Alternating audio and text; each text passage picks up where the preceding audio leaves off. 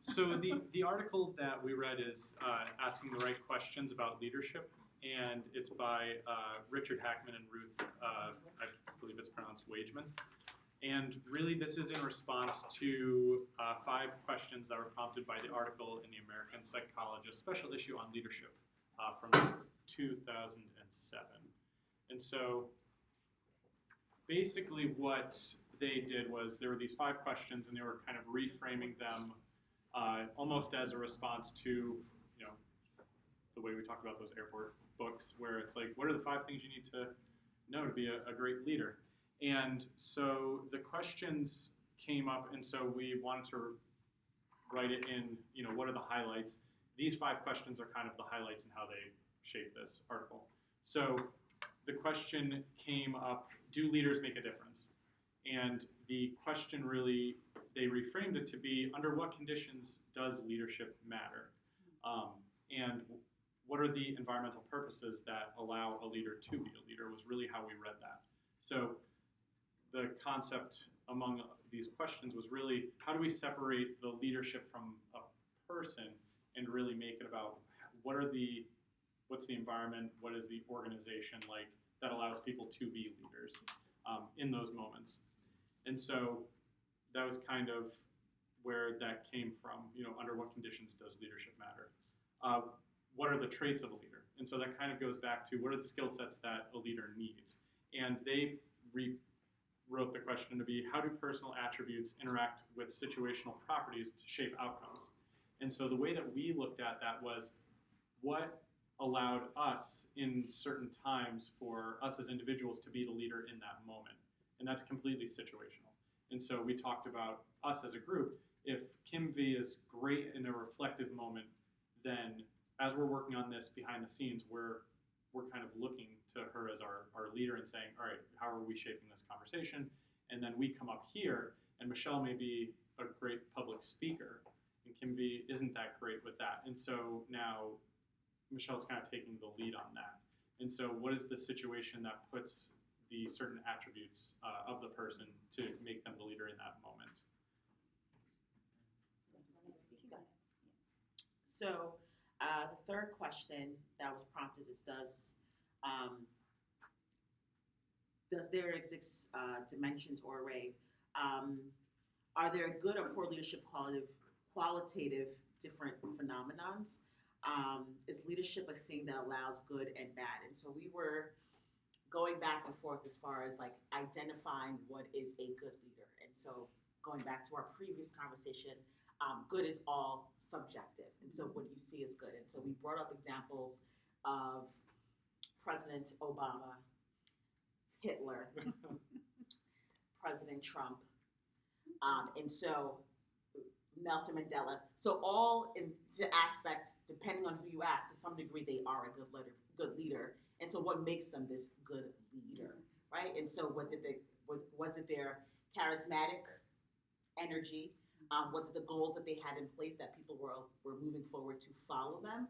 Or is it because they were able to move bodies of people with one common goal at the end of the day? And what does that look like? And so it was an ongoing conversation. And so there is no right or wrong answer of who you identify as what that leader looks like, but these are the traits of what that leadership looks like. And so what we kind of posed as a question back to this was, if we wanted to shape how we studied the leadership of these individual people, would we get a different response based on questions on core beliefs, or would we get responses based on their individual attributes? And so what actually shapes the leader? Is it the attributes, or is it the belief system? And so one of the things we kind of came up with was, if you posed a bunch of questions and said, I agree with this on immigration, I agree on with this, and then you pose the same set of questions about the individual, would those actually match up with the individual and their beliefs? And so is it the attribute of a charismatic speaker, a good orator, or is it their belief system that people really start to follow? And so that kind of posed the question, how does that, is leadership one thing and there can be good or bad leadership, or is good leadership different than poor leadership? So that was kind of where that came from. And the other question that just kind of popped up in our conversation was intelligence versus manipulation. and so defining what the two are. Whereas some folks may see someone's actions as, oh, they're just very intelligent, so they're able to move the group, opposed to they're actually manipulating the group, which can be perceived as intelligence. The next reframing question is, how do leaders and followers differ? And so reframing that, how can leadership models be reframed so that both leaders and followers are leaders in each moment? So, for example, I think in the complexity leadership, you talk about small teams where they rotate the facilitator in the conversation. So, like having the ability for people to stepping into the conversation and then stepping out when needing to. And then we talked about what is that process or the system that has to be in place so that the teams allow the followers and leaders to kind of go back and forth. And then we're talking about, because I was still on that other conversation. When a person wants to stand out, does that make them want to be a leader? So, for example, let's say do we use a chess committee? Like a chess club. We're all team players. We're all having fun. We're all followers, right? And then at some point, somebody wants to be the team captain of that chess club. So at what point does that person have their needs and wants to be in the forefront of their team, where they want to show off that they want to be the team captain so that we can vote that person to be the team captain? Yeah. That was the example that we're talking about. And we kind of went back to that analogy of us working as a team, and nobody said to us, okay, this is your role in this team. We just created this, we were given this task, and then we had to work as a team. And we've shared the work pretty evenly based on our own skill sets and all of that. And the question became more about, not one of us is a leader, but in certain moments we've taken the lead on that. And how do we identify that? And really, yeah, and so the question, when they reframed it, was how can leadership models be reframed so that both leaders and followers can coexist and interchange and all of that. And we talked about what was the system that we walked in, and how does the first class shape how we've kind of interacted here. So nobody told us that we needed to work as a cohesive team. We all were able to work as a team because we all have shared experiences that kind of came together. And one of those shared experiences is Dr. Ross saying, I don't believe in leadership as an individual person. It's these moments that occur. It's really the organization. And so we've all been able to work pretty cohesively because we have that sitting in the back of our mind as we're working as a group. We're being graded as individuals, but mostly as the group and how our group works together and what's the end product. And we talked about how different that would be if there was a comment that came out that said, hey, I've noticed that there's a difference in who's doing more work than less work. Would we start to act differently? And so would we start to put ourselves out more during the presentations rather than doing a lot more of the work behind the scenes? Would we want to be more visible in our work? And that's where we came up with the analogy of the chess club, where you kind of come into this, we want to be we want to learn how to play chess. We want to just have fun and play chess. But at a certain point, there becomes this thing in the back of students' minds where there's a possibility of me putting that I'm the president of the chess club on my resume. And so you start to see them take a more authoritative role and a more visible role, even though nobody has told them that that's what needs to happen. And so what are the systems that are in place that allow for this cohesiveness to happen versus conflict that could arise? And I then just noticed they didn't put the word competition in there, right? Because I was thinking about, let's just say pretend like if you said at the end of this course, I'm going to pick a teaching assistant for the next semester, how would we act differently, right? That would be interesting. Because that's in creating a space of competition. Sorry, that just popped in my mind. Go on. Sorry. And so the other thing that we kind of went back to was so the three of us work as a team, and we work really well as a team. And so I'm going to go back to my job next week, and I'm not in the same team. They don't have that shared experience. And so the way I work in this team is not the way I'm going to work in the other setting. And so what do we do from there? Like, what am I able to change and shape from that point? And how do I start to think of how to create a system in place that would allow for a similar kind of cohesiveness. And so that was kind of where we saw the scholar practitioner piece come in, as how can we take what we're learning here and start to shape the environment around us? Because I can say that in certain moments I've been a leader here, and I'm going to go back and I may not be valued in the same way that I was valued here in this team. And so how can we start to shape the environment around it so my certain attributes are valued and other people's attributes are valued to kind of shape this cohesive team? And I think, and it's going back to our previous conversation yesterday when we were talking about sending folks to a training or professional development, because Joe is the one that's only had that experience. So he's going to go back, and not everyone's going to have that shared golden experience. So it'll be great that he'll talk about the wonderful things that he learned, but at the end of the day, is there a buy-in to what that looks like? And so how do we as scholar practitioners create this process where everyone feels like they're part of the actual leadership? And so we don't have the answers for that, but it's an ongoing conversation. So should that be our focus then? So should my hybrid courses be not to teach Joe what I'm teaching, but to teach him how to translate it when he get back? And I think it's the practical, right? Because it's kind of, we can sit here, we're learning, we're taking it in, and I think to some degree we're walking into the space saying, okay, I have some idea of what leadership is, I have some foundation, but at the end of the day, we have to go back to our institutions, our organizations, and to some degree we want to apply this. We're not learning it to learn to write this piece, we want to apply it to our everyday work. Because once I leave point A and get to point B, I want to still continue this learning journey. And if we're going to continue to write about it and practice it, I think the tools also has to be provided of how does this look like outside of the Translate class. and infuse. Right. Yeah. Translate and infuse it. Well, and I think that's where it comes back to the process is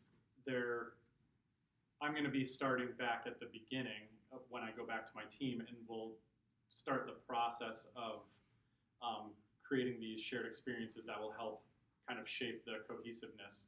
There wasn't one moment that we had where you said one thing and then we were like, oh, we're gonna be a great team.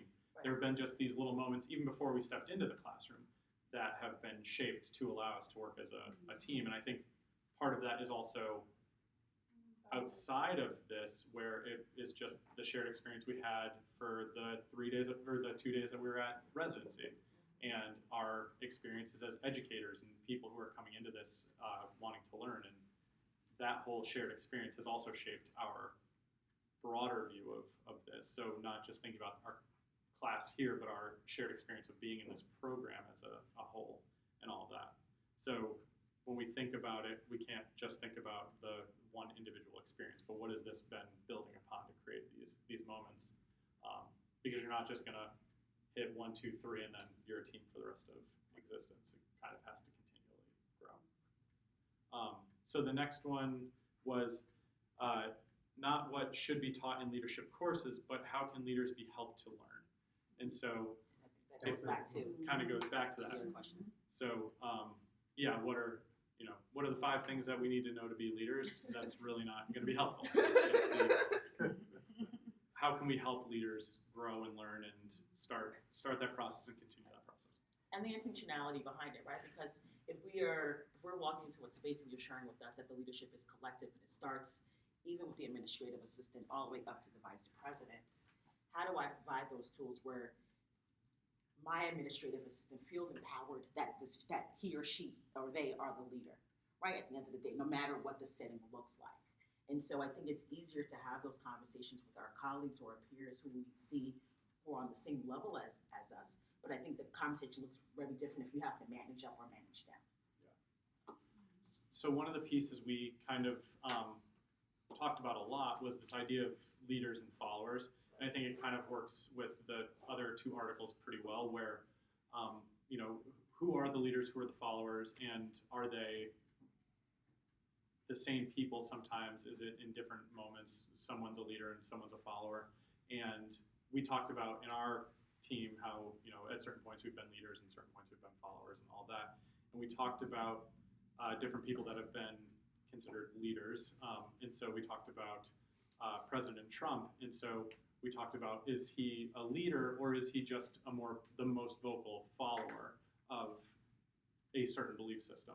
And so, what was that? Yeah, that's rhetorical. And so how do we how do we figure out who the leaders and who the followers are in certain moments, and are we really identifying the leaders or the followers? And it made me think of the movie,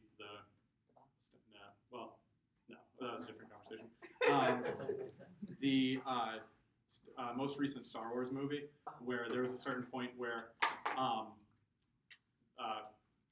guess General Leia says, or the people look at her for a direction. She goes, "Why are you looking at me? Follow him." And they still saw her as the leader, but she was a leader in that moment by being a follower. And so sometimes that role, you can be a leader and a follower at the same time. And I think that's kind of the commonality between the three pieces. Good job.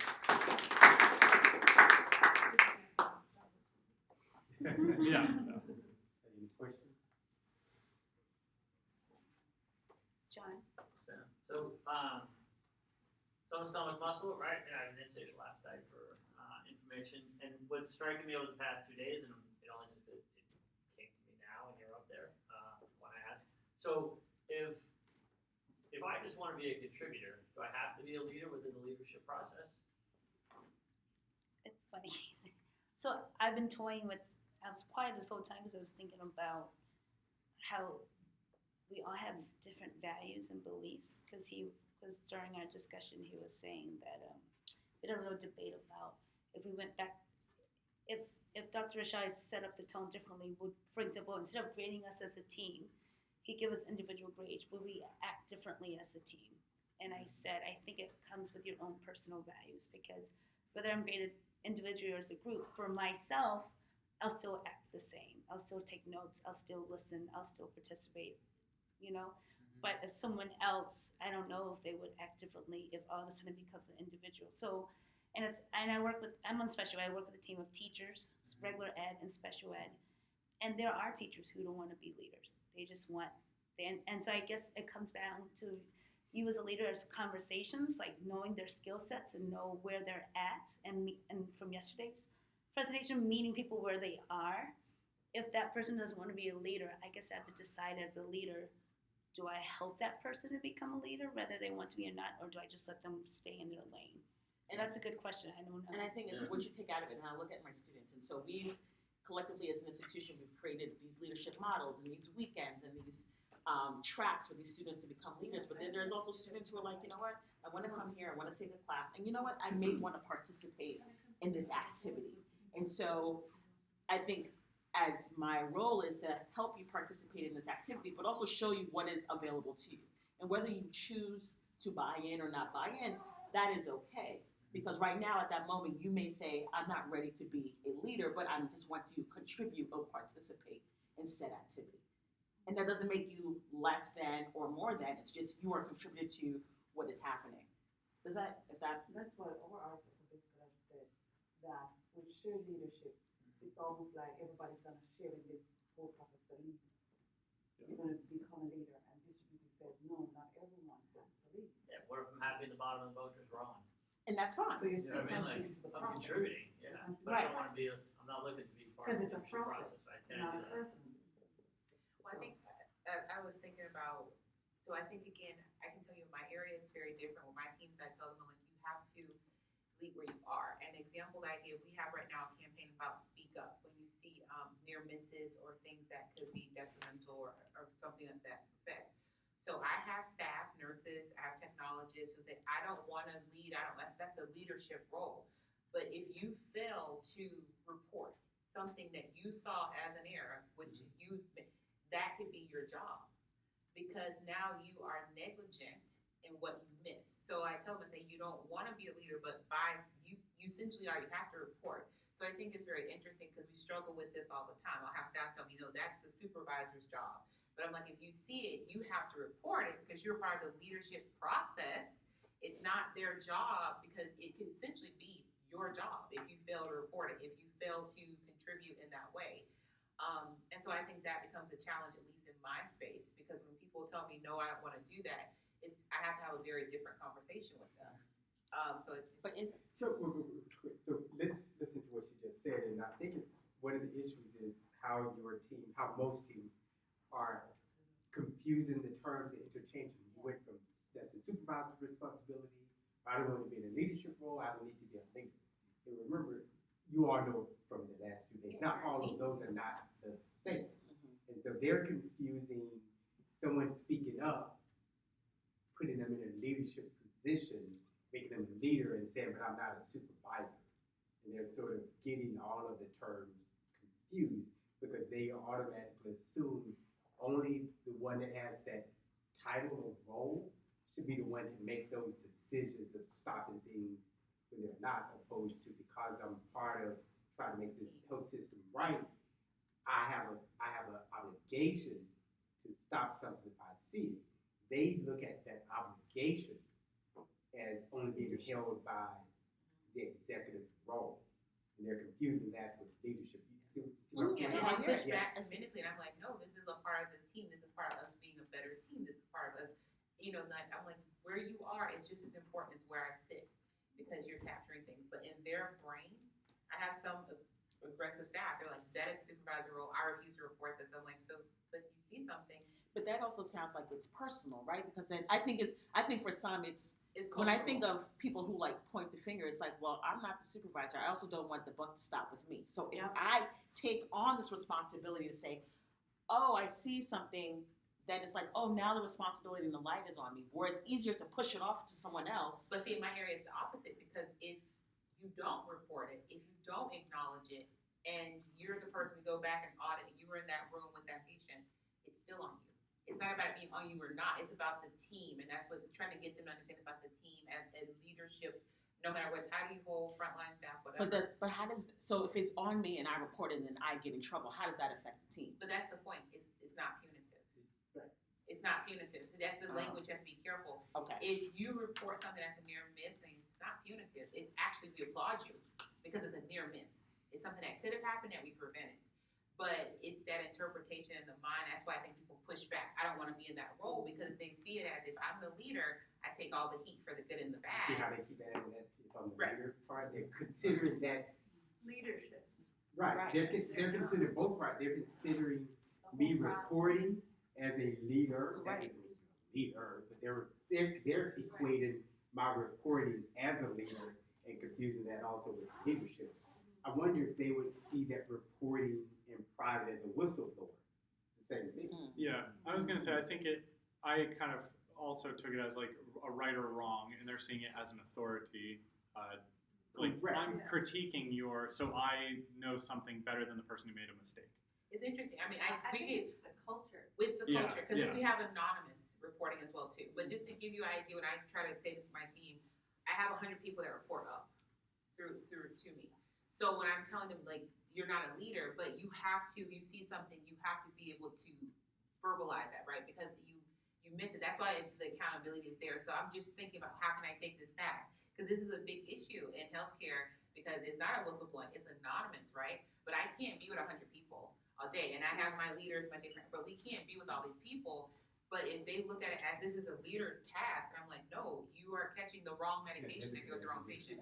It's cultural, so I'm just like food for thought. So isn't it also just your job? That's what I was gonna say. Isn't it just like your job? Like, Right, and that's what that, and even though they understand, like, even though you not reporting could be your job, you can get still this idea of that is a leadership task, and they push it away no matter how much. And it's just so interesting. I think sometimes people don't want to step up because what they define in their head as a leadership task is like, that is not with me. But in some roles, it's a part of your task. It's not a leadership role. It's a part of what you're supposed to do. Mhm. Yes, ultimately we have our systems. We have to check that, but it's just interesting how you see these different dynamics and how they play out. Yeah, and I think the way I also kind of look at it compared to my job is my boss has always been, he walks around and if he sees trash, he picks it up and puts it in the garbage can. And he never really told us that we had to do that, but everyone on the staff does it because we've seen him do that. And so I also think of it in that way as like we're bettering the community because we're kind of modeling the good behavior that we want to see. And there was never that like moment that he said you need to do this, but we started all doing it. And I think of it in the same way as like these people may not want to do it, but maybe it's because they've they're being told to do it in that moment, and over time they may come around to it when they see the positive. Or even sharing sharing the data and the results of like, oh, based on these anonymous reports, these are the lives we've been able to save, or these are the resources we've been able to gain, which all of you have been part of growing, right? Opposed to, no, it's not in my job description, which I feel like it is it should be a bullet on the job description if see something, say something type of Yeah, knowledge. and maybe it just needs to be reframed to Yeah. how can it fit their mindset of being a follower, and so maybe they're just not the first 20 people to do it, but now they're going to be the second wave of people that start doing it after they've seen the leaders go through and start doing it. I feel a sense where the conversations keep coming back to leader follower. I don't know.